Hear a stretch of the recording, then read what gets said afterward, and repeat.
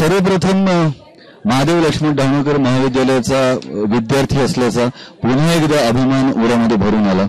कारण कॉलेजच्या विद्यार्थ्यांनी इंटर कॉलेजिएट कॉम्पिटिशन व्यतिरिक्त काहीतरी वेगळा विचार करून वपू काळे आणि रत्नाकर मतकरी या दिग्गज लेखकांच्या कथांना हात घालायचं धाडस दाखवलं।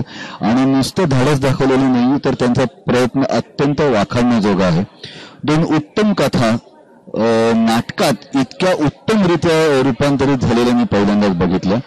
आणि असं फार विरळ होतं की कथा जितक्या चांगल्या तितकं त्याचं नाट्य रूपांतर होतच असं नाही।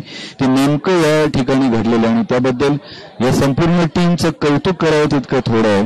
त्यांच्या दिग्दर्शकांचं, नेपथ्यकाराचं, प्रकाश योजनाकाराचं विशेषतः आणि सर्व रंगमंचावरच्या आणि बॅकस्टेज आर्टिस्ट सगळ्यांचं मनपूर्वक कौतुक आहे। इतका देखणा प्रयोग, इतकी छान कामं आणि इतकं छान सादरीकरण तेव्हा सगळ्यांनी झोपाळा बघायलाच हवा।